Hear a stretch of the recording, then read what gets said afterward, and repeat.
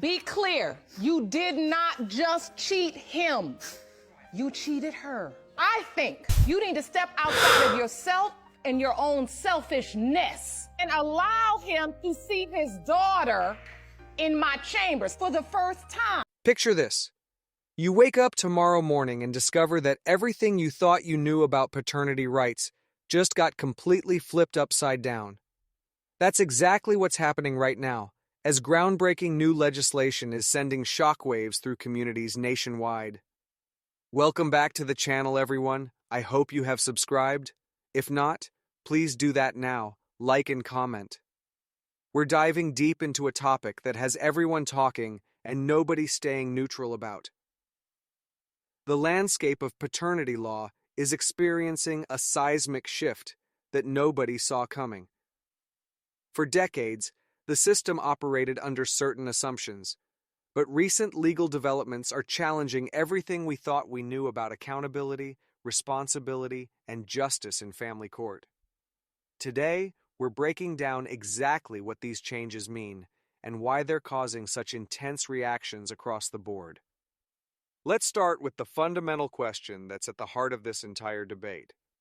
When a woman deliberately misrepresents the paternity of her child, should there be legal consequences?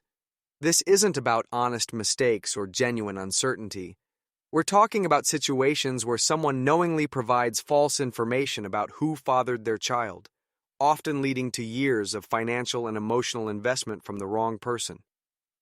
The stories emerging from this situation are absolutely heartbreaking. Available for you. So take advantage of those options. Obviously, don't hurt people in the process, but if you're broke and pretty, you're choosing to be broke. Imagine being a man who signs a birth certificate, attends kindergarten graduations, helps with homework, and builds years of memories with a child, only to discover through DNA testing that you were deceived from day one. The emotional devastation is immeasurable, but historically, the legal system has offered little recourse for these victims. What makes this even more complex is the financial aspect. We're not just talking about hurt feelings or broken trust. Men in these situations often pay thousands upon thousands of dollars in child support over years or even decades. When the truth finally comes out, they're left not only emotionally shattered, but also financially devastated, with little hope of recovering the money they paid based on fraudulent claims. The new legal framework being discussed represents a dramatic departure from how these cases have traditionally been handled. Instead of treating paternity fraud as a civil matter with limited consequences, there's growing momentum to classify deliberate paternity deception as a criminal offense. This shift recognizes that intentionally lying about parentage isn't just a personal betrayal. It's a form of fraud that can have devastating consequences for multiple parties. If she sent this to you, then I want you to listen to this carefully. You see, she wants you to know that she's not going anywhere. She chose you, and she chose you for a reason. She's staying. She's in this for the long haul, even when things aren't anywhere close to perfect. Consider the case of Brett Fairley, whose story has become emblematic of how broken the current system really is. Brett was approached by an older woman who claimed she needed a sperm donor. Despite having what appeared to be legitimate paperwork stating he wouldn't be legally responsible, he ended up paying $55,000 in child support over more than a year before discovering the child wasn't even his. Even more shocking, the woman likely knew who the real father was the entire time, but refused to disclose it because that man was married. When Brett took his case to court seeking justice, the results were mixed at best. While the court agreed to end his parental and child support obligations, they refused to order the woman to pay back the money she had fraudulently obtained. This outcome highlights one of the most frustrating aspects of the current system, where victims of paternity fraud often find themselves with limited options for recovery. The international perspective on this issue reveals just how complex and controversial it really is. In France, paternity tests are actually illegal unless ordered by a judge. The French government banned DNA testing in 1994 because they worried it would break up too many families. This policy exists in a country where 5 out of 10 men and 4 out of 10 women admit to cheating on their partners, and where the cultural attitude toward infidelity is notably relaxed.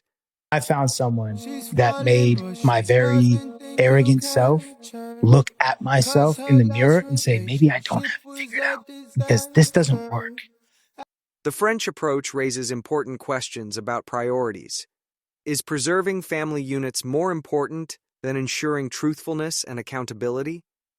Critics argue that hiding the truth doesn't create genuine peace in families. It simply allows deception to continue unchecked. The fact that you could face up to a year in jail and a $16,000 fine for conducting a paternity test in France seems to prioritize protecting potential wrongdoers over protecting potential victims. Here in the United States, the conversation is moving in the opposite direction.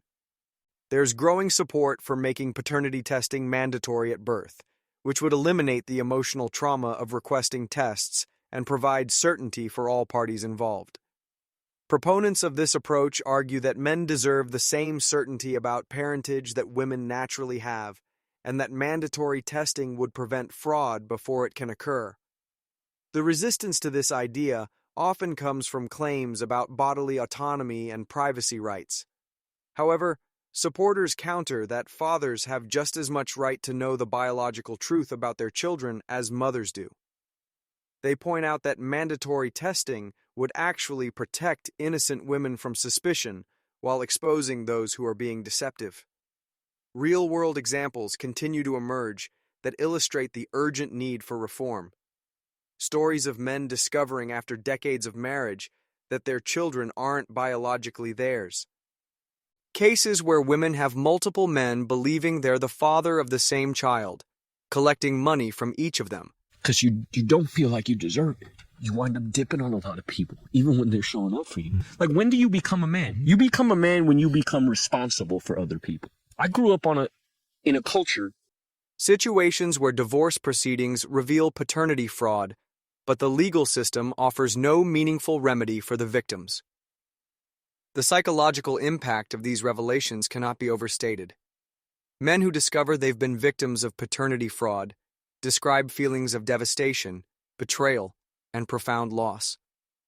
They've often spent years building emotional bonds with children who aren't biologically theirs, creating complex situations where everyone suffers when the truth emerges. What's particularly troubling is how some people react when paternity fraud is exposed.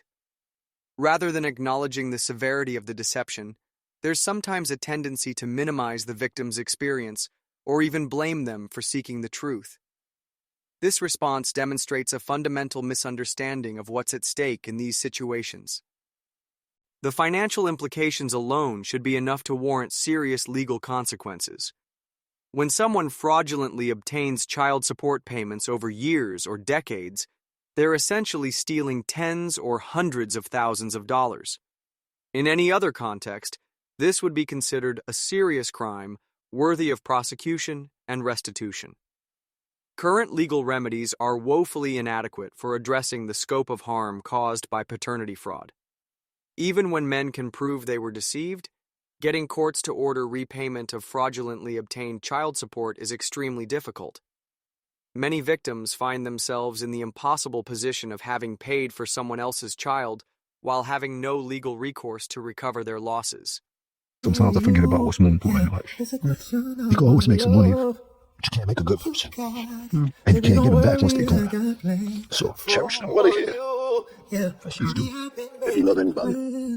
The new legal approaches being considered would change this dynamic significantly. By classifying deliberate paternity fraud as a criminal offense, lawmakers are acknowledging the serious harm it causes and providing meaningful consequences for perpetrators. This shift could also make it easier for victims to recover financial damages through the criminal justice system. Defense arguments against stricter paternity fraud laws often focus on concerns about criminalizing what some view as private family matters. However, this perspective ignores the fact that fraud has always been a crime, regardless of the context in which it occurs. When someone deliberately deceives another person to obtain money or other benefits, that's fraud, whether it happens in a business deal or a personal relationship. The evidence required to prove paternity fraud is typically straightforward. DNA testing provides clear, scientific proof of biological parentage.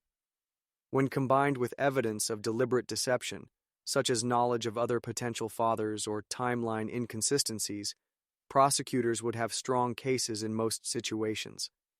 As we look toward the future, the momentum for reform appears to be building.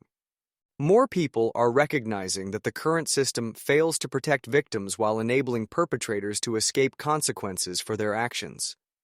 The combination of advancing DNA technology and growing awareness of the problem is creating pressure for meaningful legal changes. The implementation of stricter paternity fraud laws could have far-reaching effects beyond just individual cases. If I can truly be honest with you, it's truly frustrating, for real. It actually makes me mad over and over again when I think about it, as I continuously hear you. When you claim to love me, when you claim to care for me, but then every time I come to you, If people know they face serious legal consequences for deliberately lying about paternity, it could serve as a powerful deterrent that prevents fraud from occurring in the first place. What we're witnessing right now might truly represent a turning point in how society addresses issues of truth, accountability, and justice in family relationships. The old system of looking the other way while victims suffered in silence appears to be coming to an end. Whether this represents genuine progress or creates new problems remains to be seen, but one thing is certain: the conversation about paternity fraud will never be the same. The stakes in this debate extend far beyond individual cases or even legal precedents. We're really talking about fundamental questions of honesty, responsibility, and fairness in human relationships. How we handle these issues will say a lot about what kind of society we want to be and what values we prioritize when they come into conflict with each other. That's all for today's deep dive into this controversial and rapidly evolving topic.